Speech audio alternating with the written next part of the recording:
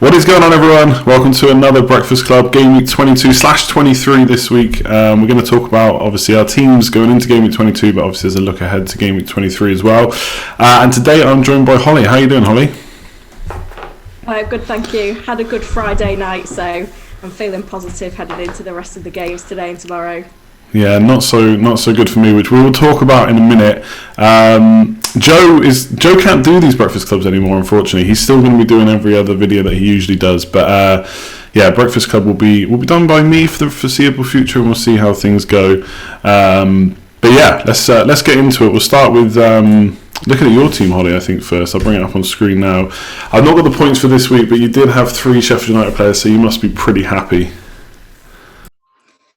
Yeah, I did actually make a late change in the end because I did see some early team news that Musette was going to be on the bench. But yeah, getting the double clean sheet. I mean, it was an evening of mixed fortunes, wasn't it? And I felt very lucky to get that double clean sheet in the end because that Henderson clean sheet very nearly got wiped out. And, you know, even though I had Henderson in my team, it was frustrating, that VAR call. It must have been hard for Hammers fans. But yeah, Henderson was my transfer in this week.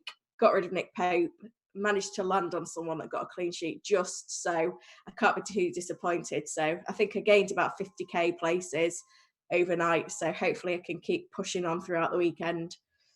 Yeah, I saw that VAR call. I don't know what to think about it. I guess with the way the rule is, then that's kind of handball. But then I saw someone saying that, you know, and it's deflected when it's so close to you. There's actually a rule that says it doesn't have to be given.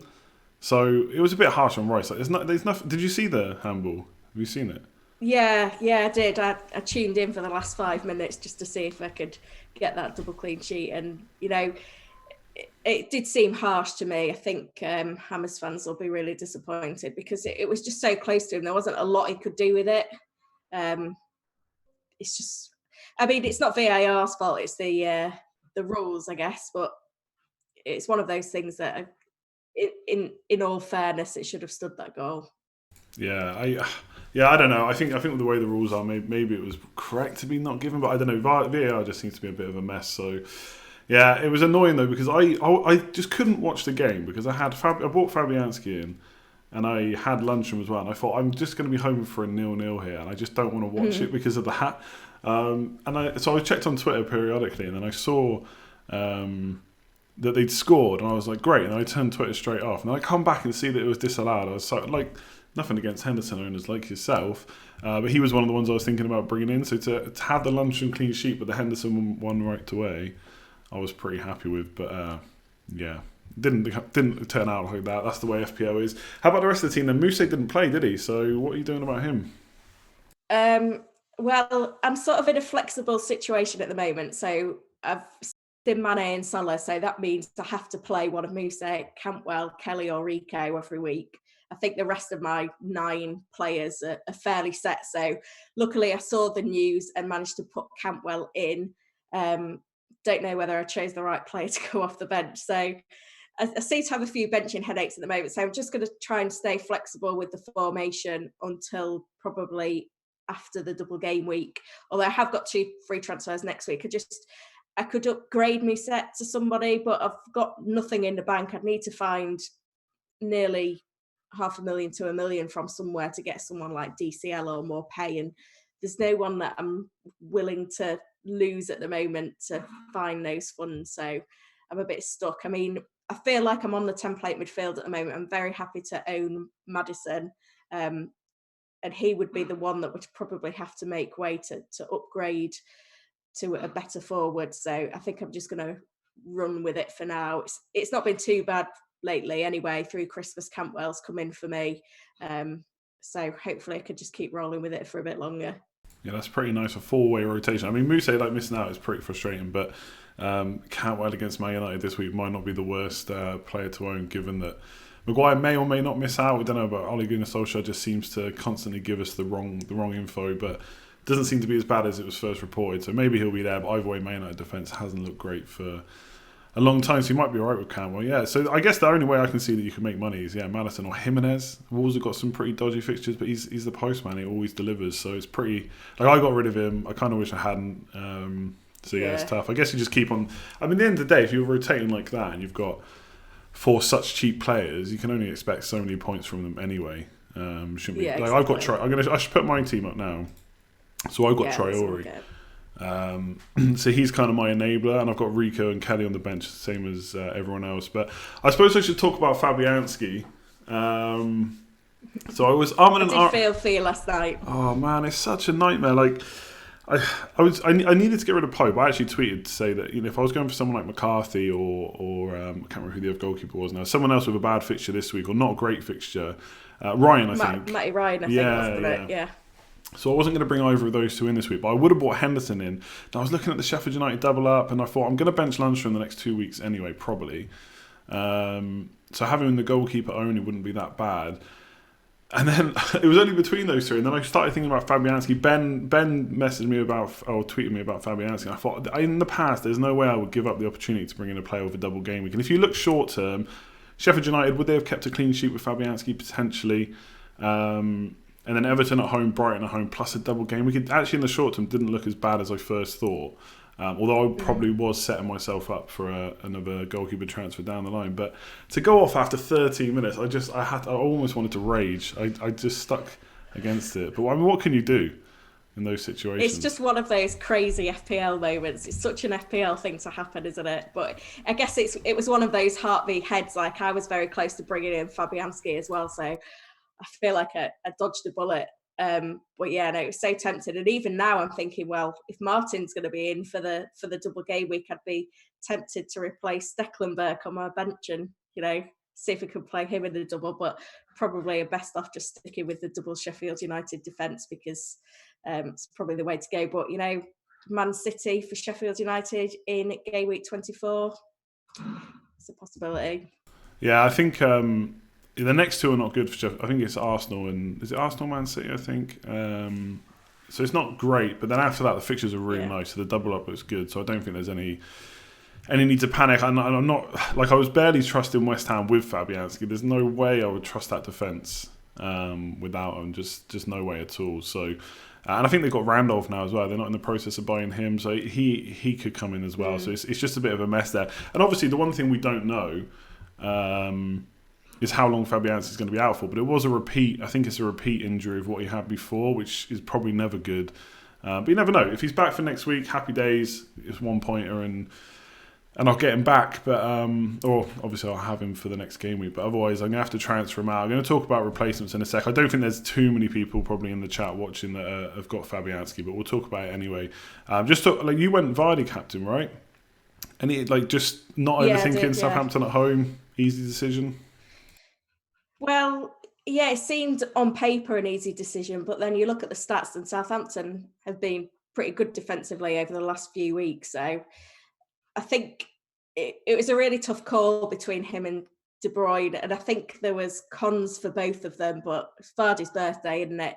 I'm still waiting for that baby celebration. And I feel like I'd be punishing myself. Yeah, I kind of switched. So I had it on De Bruyne, and I switched back to Vardy at 11:29. Oh no, not 11:29. It would have been 6:59.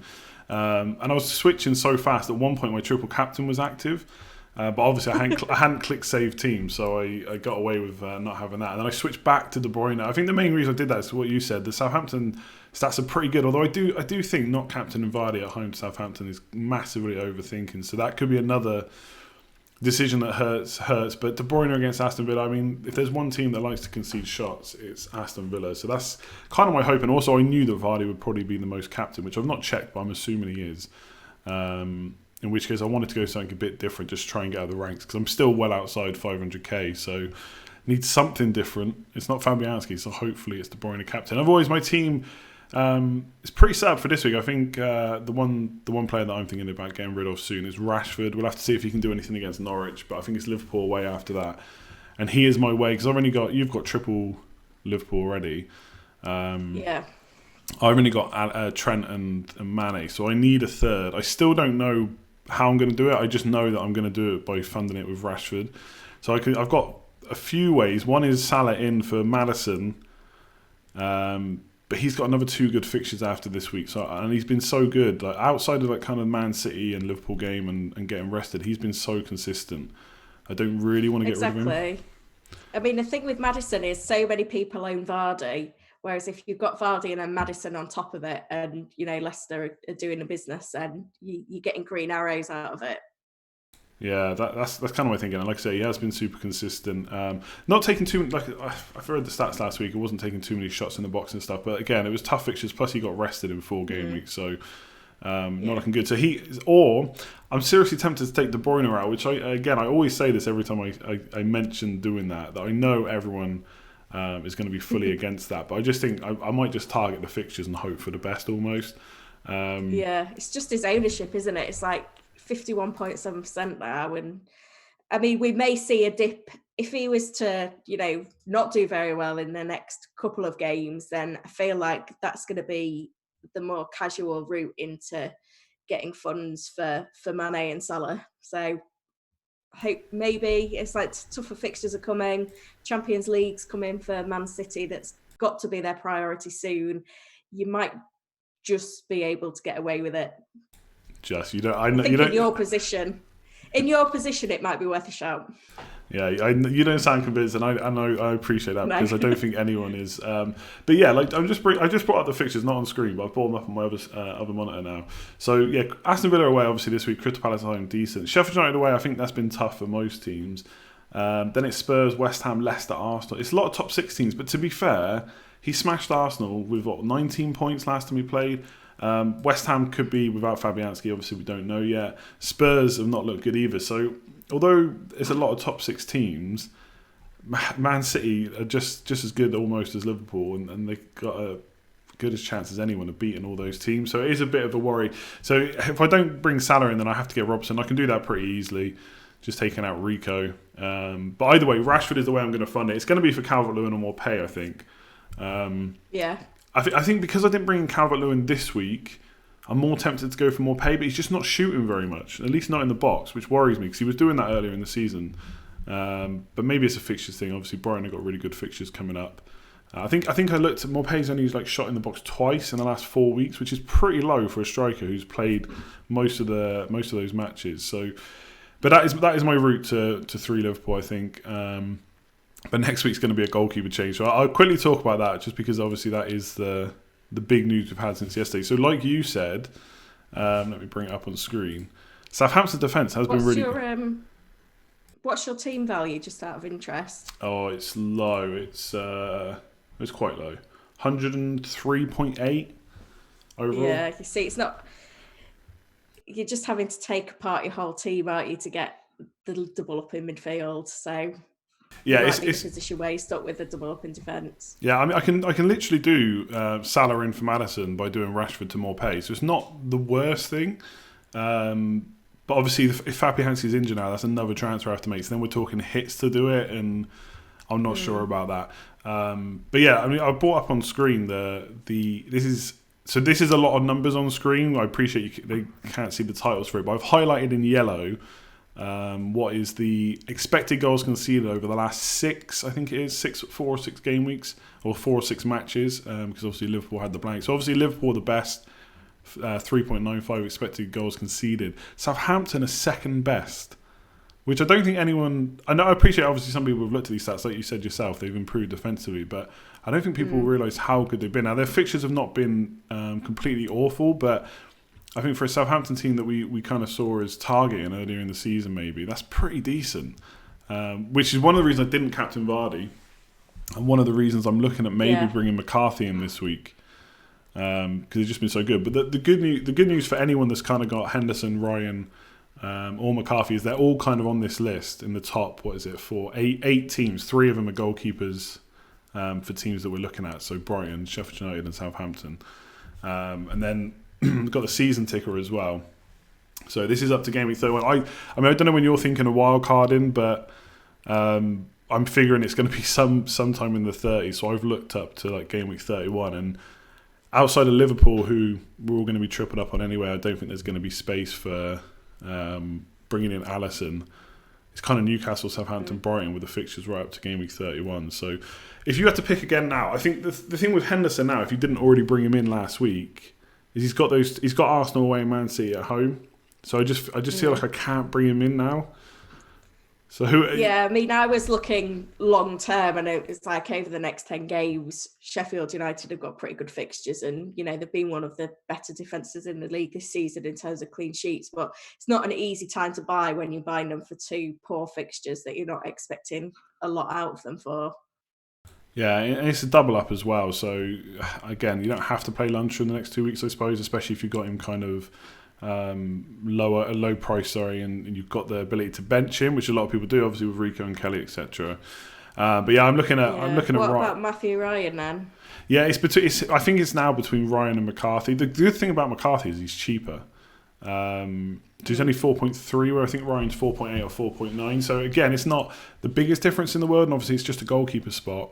But one thing I'm considering, this is obviously for my personal team, is, and I'll have to check how the money is, but if I go Robertson, like I said, I've got a lot of money to play around with once I take Rashford out. I may just keep Fabianski if it's not long term, and just get McCarthy in as my second goalkeeper. I've not done that all season. I've just had set and forget, but for the 0.3 million to have two goalkeepers, potentially something I could do. And then I just play McCarthy for most games coming up. But in game week 25, for example, sorry, they've got Liverpool away.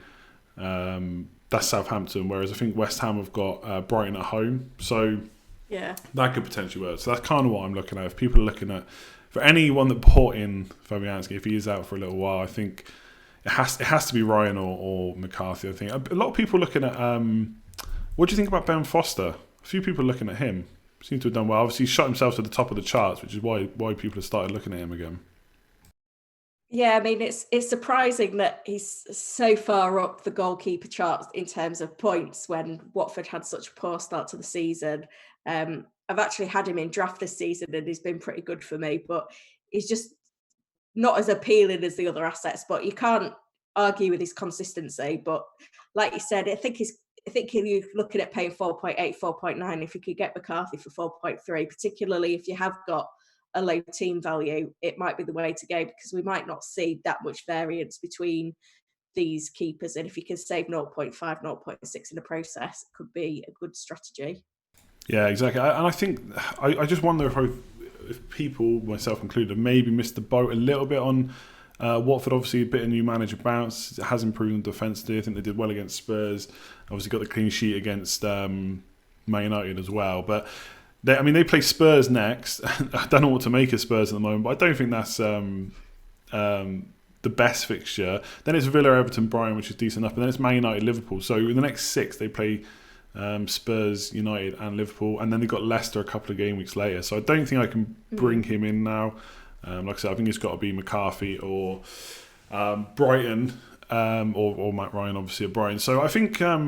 Just kind of end the last 5 minutes or so, we'll just do a bit of a Q&A. I'll just take some questions from the chat, if that's cool with you. Yeah, that's good. I say we're going to get a lot of Liverpool. I think the thing about double game weeks, I know people get so sick of discussing them, but that's all the questions that come in right up until the double game week actually hits. It'll be who the triple captain this week. Next week it'll be who the triple captain. And game week 24 we'll still be talking about it. But that question has come up a lot, so let's get your opinion. Mane or Salah triple captain, or what about Trent Alexander-Arnold? Are you even using it at all? Well, yeah, I'm definitely using it, and I'm on the fence at the minute between Mane and Salah. I think it depends on, Milner's status by the double game week. It also depends on who's been in form in a couple of games preceding that. It's just a really tough call. I think my head says Mane, but my heart says Salah at the moment. So we'll see how it pans out, but Mane is the better player when it comes to open play, but Salah's just got a little bit more going for him. But Mane's been a better player this season and the best player certainly in 2019. But it's just getting the opportunity to triple captain Salah in a double game week. I know, exactly. Who did you have first? Did you have Mane or Salah first? I started the season with Salah. Sorry. Sorry, what? I started with Salah. Yeah.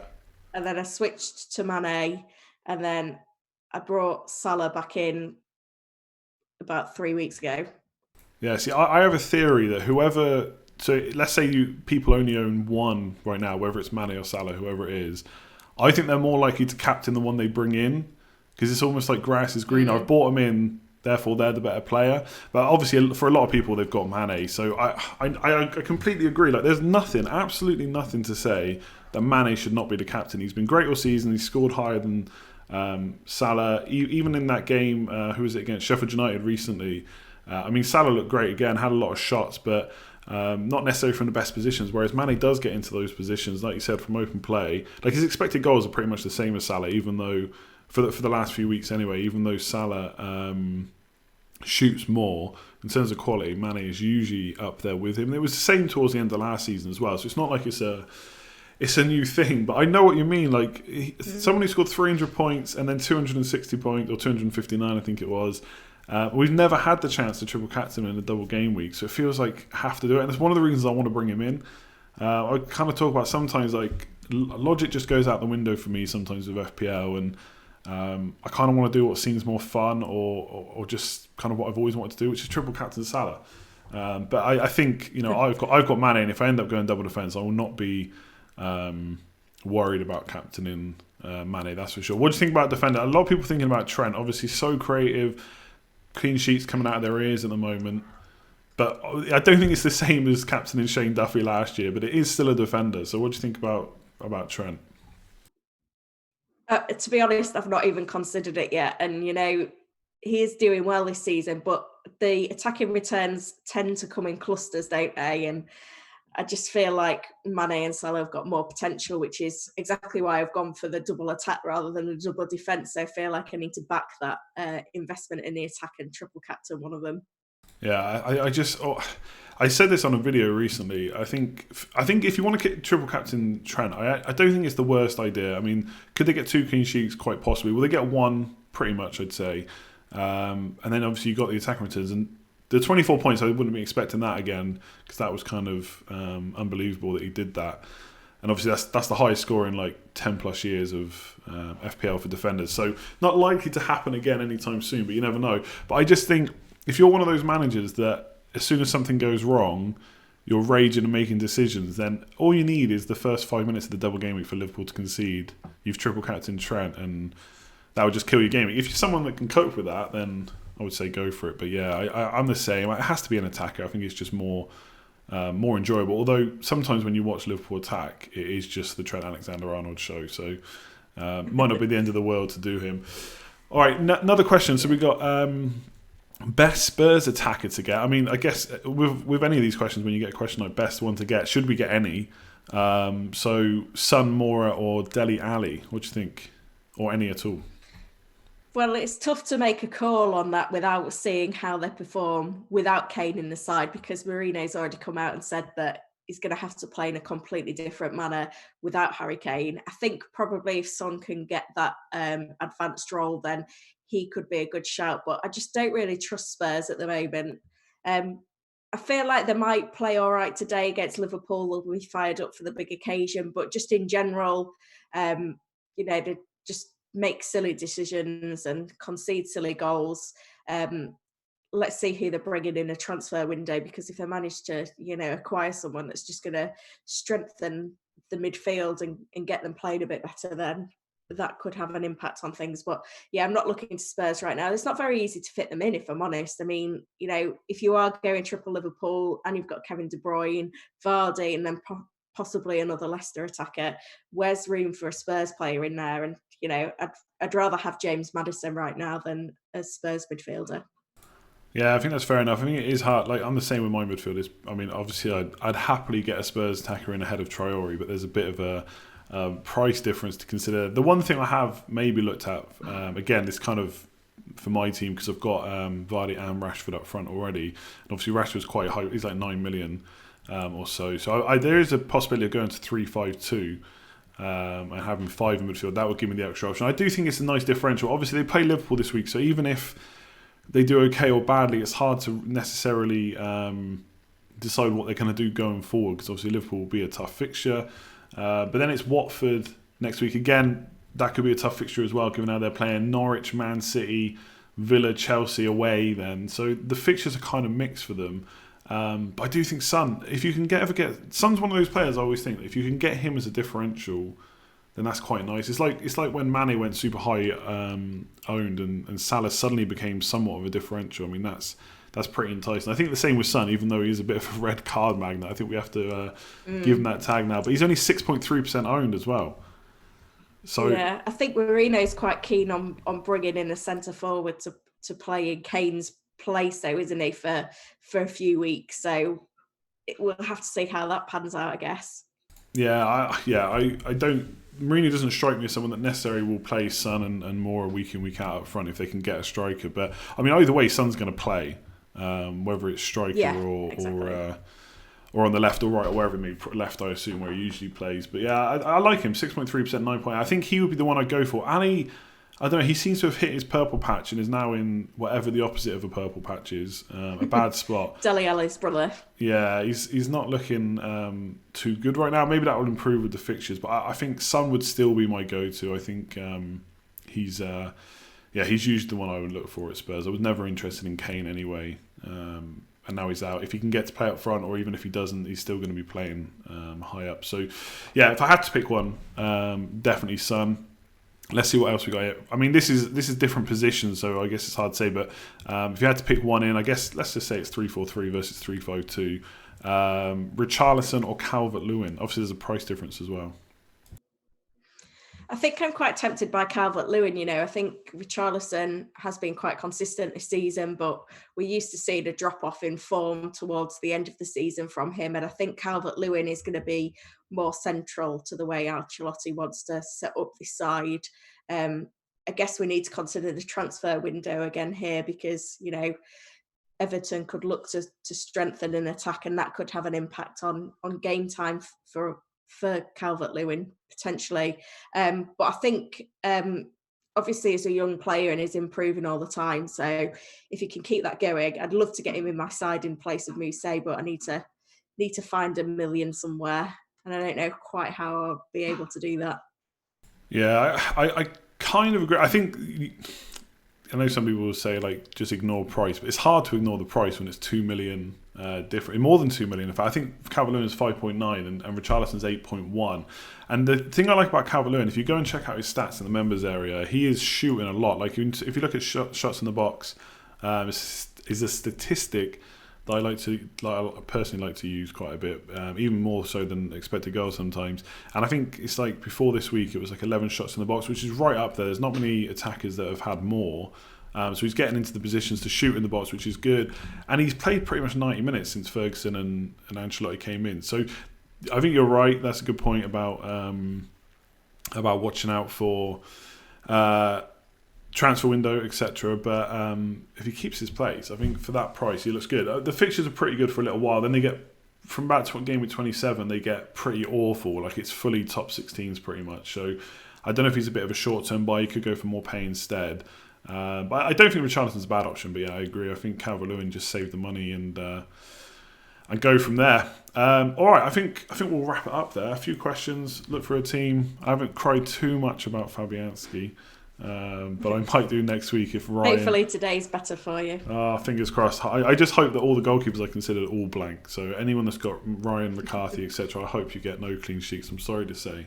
It just made me feel better about myself. But yeah, thanks for joining me, Holly. I'm sure we'll see you on here again soon.